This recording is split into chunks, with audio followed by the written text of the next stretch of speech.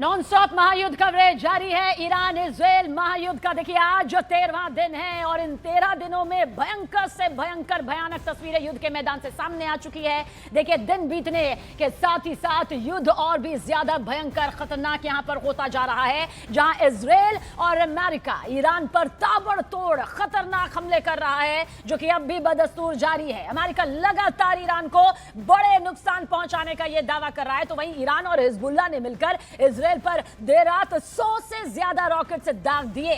वहीं तेल अवीव में भारी तबाही मचाने का दावा भी किया है। तो दूसरी तरफ फिर एक बार ईरान के नए सुप्रीम लीडर मोस्तफा खामनेई के जख्मी होने का दावा भी यहां पर किया जा रहा है।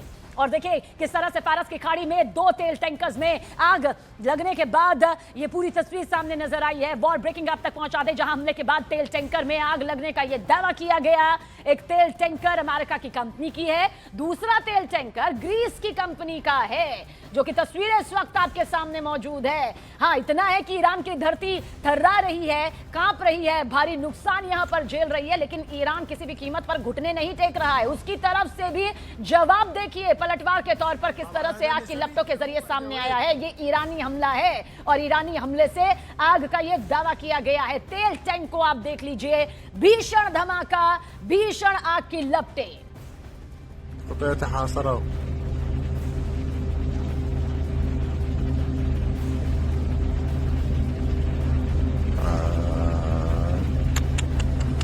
तो ये तबाही का वो खौफनाक तांडव है जो लगातार इन महायुद्ध के 13 दिनों में सामने आया है। आज 13वां दिन है। इस बीच आपको बता दें कि ईरान और अमेरिका के बीच बढ़ते तनाव में ईरान की अब एक खुली चेतावनी सामने आई है। हालांकि चेतावनियों का दौर जारी है, लेकिन ये बहुत बड़ी चेतावनी है। ईरान की सेना ने कहा है कि स्ट्रेट ऑफ होर्मुज से अमेरिका, इजराइल और उनके सहयोगियों के लिए 1 लीटर तेल भी गुजरने नहीं दिया जाएगा, यानी कि 1 बूंद तेल भी नहीं मिलेगा। ईरान का कहना है कि अगर इन देशों से जुड़े जहाज या फिर तेल के टैंकर इस रास्ते से गुजरते हैं तो उन्हें निशाना बनाया जाएगा। माना जा रहा है कि यह चेतावनी बेहद खास है, क्योंकि दुनिया के करीब 20% तेल और गैस की सप्लाई इसी रास्ते से होती है। ऐसे में अगर हालात और बिगड़ते हैं तो इसका असर जाहिर सी बात है वैश्विक अर्थव्यवस्था पर पड़ेगा और खासतौर से तेल बाजार और कीमतों पर पड़ सकता है, जो कि अब एक असर के तौर पर नजर भी आ रहा है। हालांकि ट्रंप कह रहे हैं कि ईरान में अब ध्वस्त करने लायक कुछ बचा ही नहीं है, यहां से कंपनीज गुजर सकती हैं, लेकिन ईरान की यह धमकी कहीं ना कहीं कंपनीज को खौफजदा करती हैं।